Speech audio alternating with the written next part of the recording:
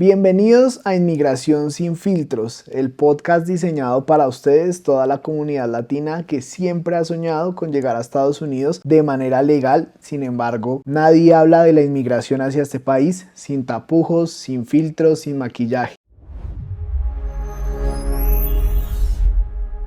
Este espacio fue diseñado para ustedes y el día de hoy tenemos un capítulo muy particular y es cómo sacarle la visa a mis hijos si yo ya tengo mi visa, o también cómo beneficia sacarle la visa a mi esposo o a mi esposa si ya de forma previa yo tengo la visa. Tenemos una invitada muy especial y es Mariana, mi esposa, quien tuvo el proceso o hemos tenido el proceso de nuestros dos hijos menores de edad, ya que como padres teníamos la visa de turismo vigente y vamos a entrar a abordar esos temas. Entonces quiero darle paso a Mariana. Mariana, por favor, cuéntanos un poco de quién eres tú y empezamos con este podcast. Bueno, muchas gracias por la invitación, me siento muy privilegiada de estar acá. Yo soy Mariana, soy médica de la Universidad del Rosario, soy esposa de Juan Felipe y tenemos 2 bebés hermosos. Mariana lleva trabajando con visas yo creo que toda su vida, porque su padre, el señor Pedro Bustos, es el creador de Global Exchange International, va a estar invitado en este podcast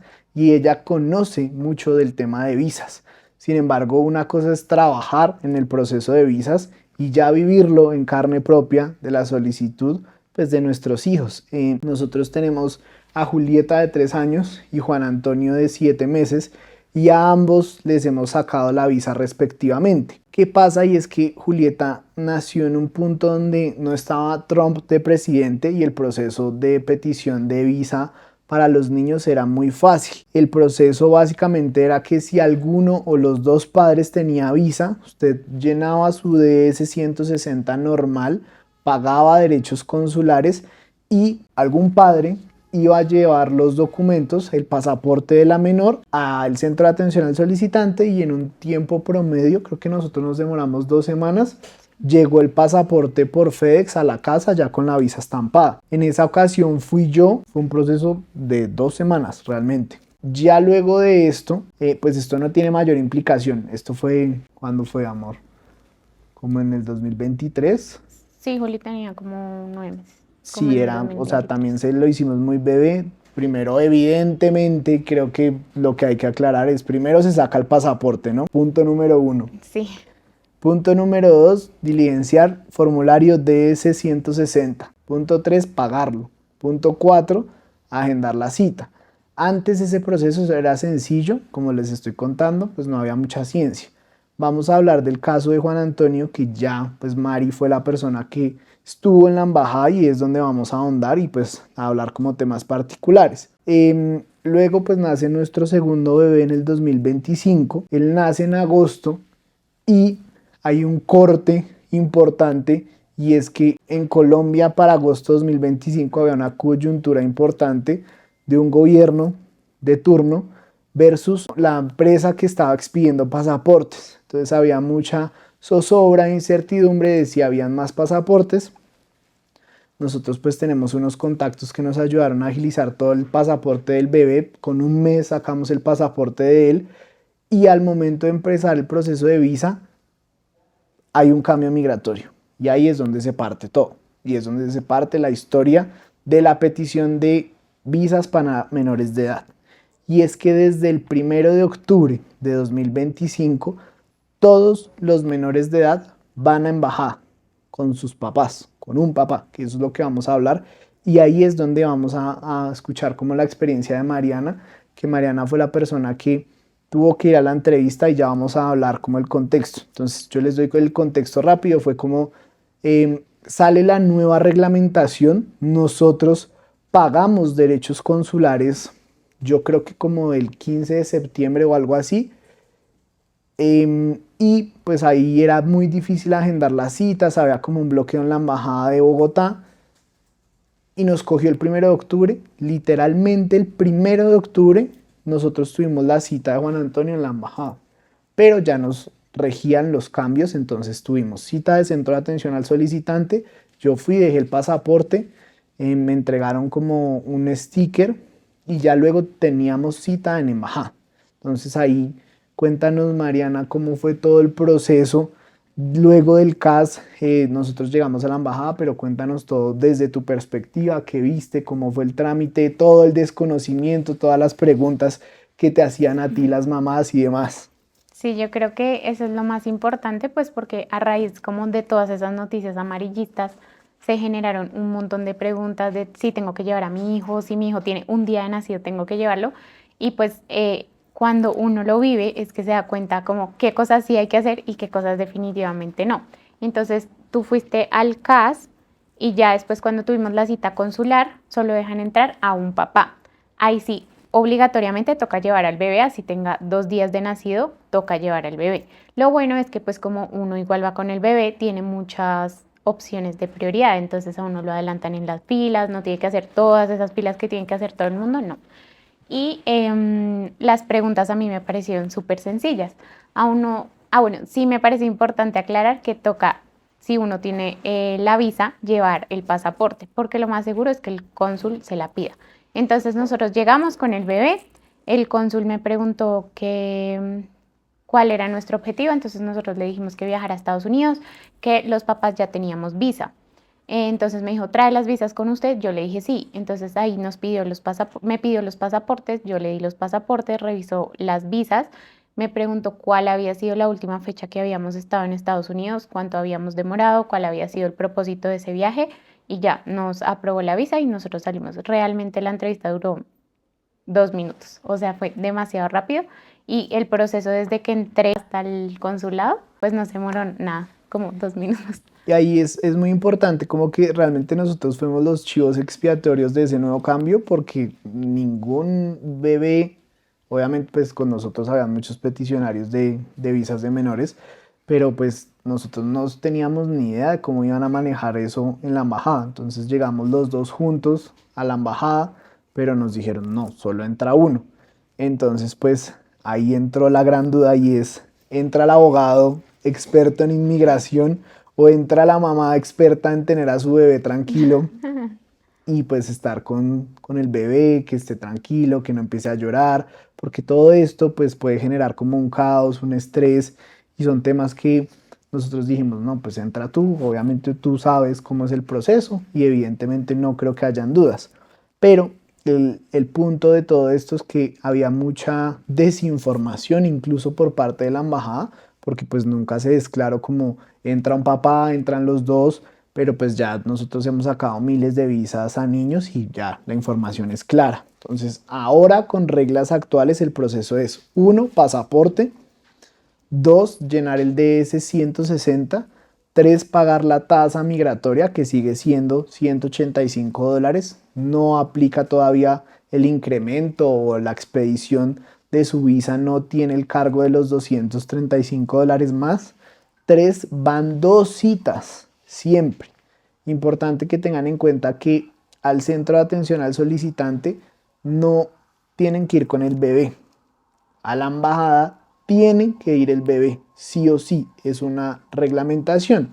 Entonces, primero es la cita del centro de atención al solicitante, luego vamos a embajada y aquí va un solo padre o madre.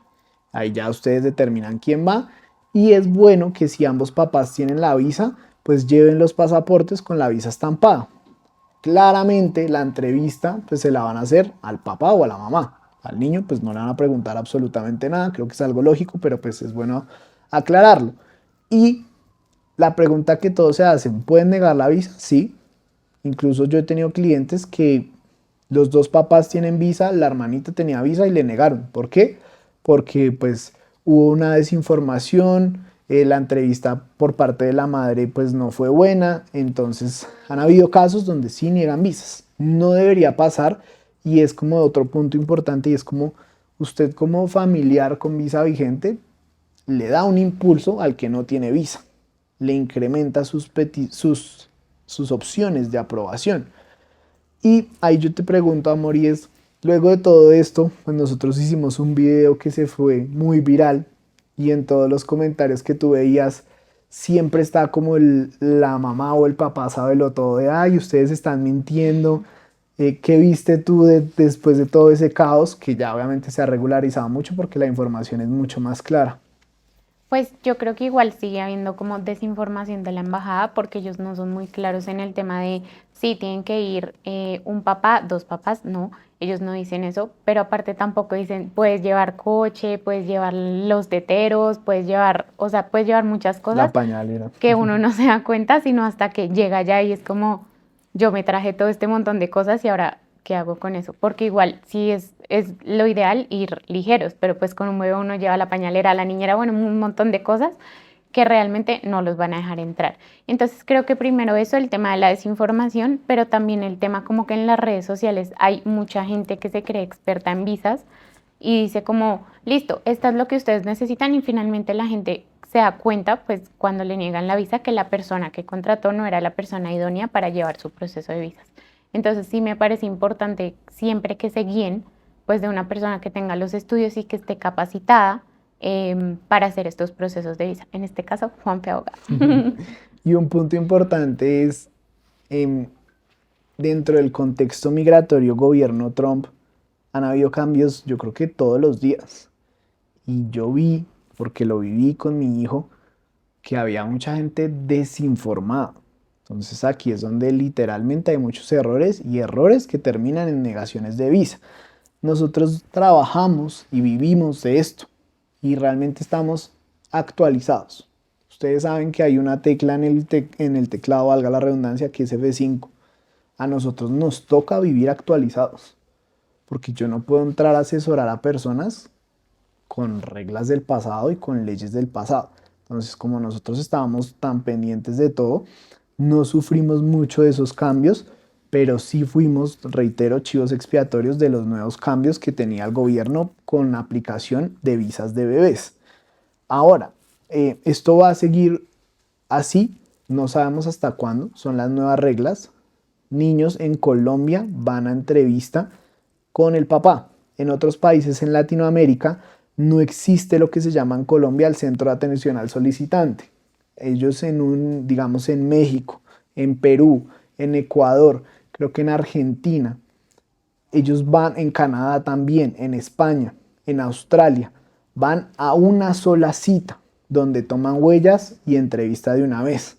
Entonces Colombia es de los pocos países que tiene centro de atención al solicitante un día y embajada no, al otro día ya no, ya queda como a los 5 días.